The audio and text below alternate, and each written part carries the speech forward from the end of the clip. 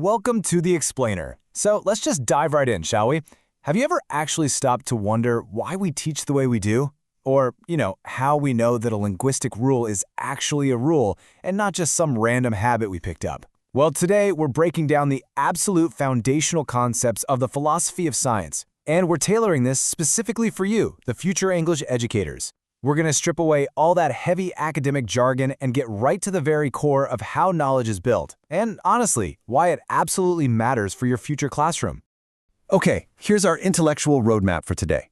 We'll start with the meaning of love of wisdom, then look at science versus common sense. From there, we hit the three pillars of the philosophy of science, followed by the foundation of all knowledge. And finally, we'll wrap the whole thing up with the relevance for language educators, basically funneling these big, broad ideas down into highly practical applications for you. All right, moving into section 1, the meaning of love of wisdom. What is philosophy? Before we can even begin to tackle the philosophy of science, we have to ask this really foundational question. So the word philosophy comes straight from ancient Greek. Philein means love, and Sophia means wisdom. You put those together, and philosophy literally translates to the love of wisdom. At its absolute core, it is not just about memorizing thick, dusty textbooks or analyzing dead languages. No, it's about a really profound, genuine passion for seeking the truth. It's an active, ongoing pursuit to actually understand the world around us. To help visualize this, there's an Indonesian scholar named Surya Samantri who proposed thinking of philosophical thought kind of like a massive tree. So, step 1, you have radical thinking. These are the roots. You are digging deep down to the absolute root of a problem, not just scratching the surface. Second, you have systematic thinking. This is the solid trunk, right? It's built logically, step by step, making sure the whole structure holds up. And then third, universal thinking, the canopy. It branches out wide, showing that true philosophical thinking isn't just about one isolated leaf, but how that leaf connects to the entire broader universe of ideas. Building on that tree metaphor, we have this really powerful perspective from Gillet in 1999. He defines philosophy as an effort of reflective thinking regarding the entirety of human experience so it can be deeply understood. So the crucial takeaway here is that philosophy demands deep reflection. It's like you're taking a step back from your daily routine, say, conjugating verbs or correcting grammar, and really reflecting on what those actions actually mean in the grand scheme of human experience and communication. It completely elevates everyday tasks into super meaningful practices. Moving right along to section 2, science versus common sense, distinguishing knowledge. Because to really grasp the philosophy of science, we first have to firmly separate what makes scientific knowledge so fundamentally different from just, knowing everyday things. Take a look at this definition from A.F. Chalmers in his famous 1999 book, What is This Thing Called Science? He argues firmly that science isn't just some pile of random facts you stumble upon. It is a strict methodological construct. It completely relies on observation, experiment, and, this is the big one, verifiable reasoning.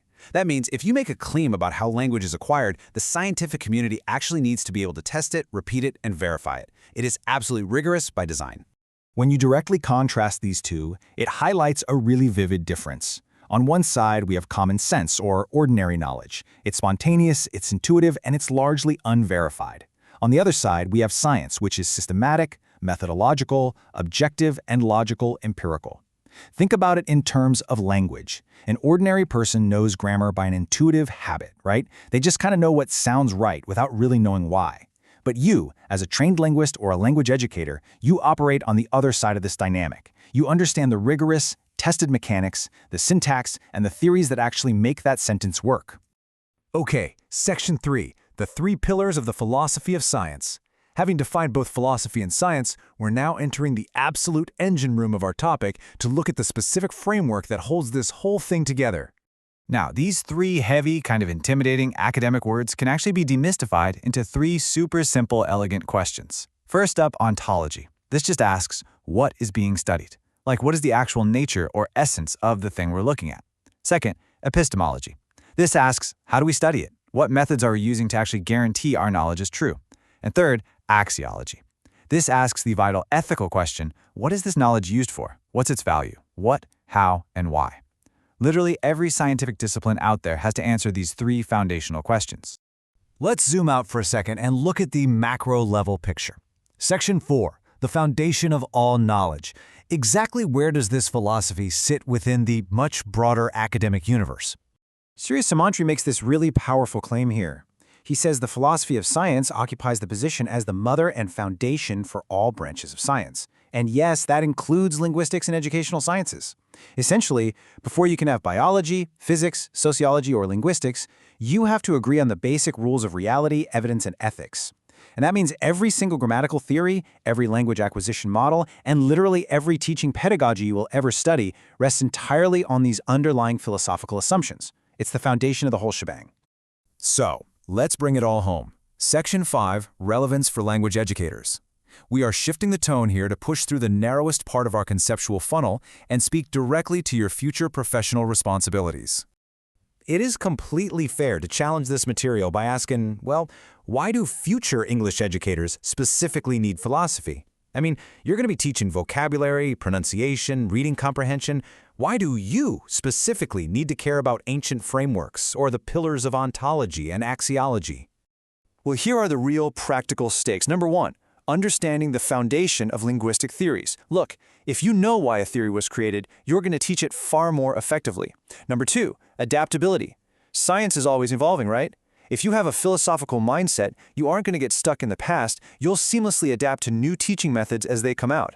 Number three, upholding academic ethics. That's our axiology in action right there, ensuring honesty and professional integrity in your classroom. And number four, promoting lifelong learning. A true philosopher is literally never done learning, and that gives you an incredibly strong grounding to remain a curious, adaptive educator for your entire career. As we wrap up this explainer, I really want to leave you with your syllabus's actual essay prompt. Why do future English language teachers need to philosophize? But I want to add a little layer to that. Think deeply about that third pillar we discussed, axiology. How will the strict rules of language science and your own personal ethical values actively intersect in your future classroom? When you stand in front of your students, what will your knowledge actually be used for? I highly encourage you to use the radical, systematic, and universal thinking we covered today to find your answer. Until next time, keep questioning the roots of what you know.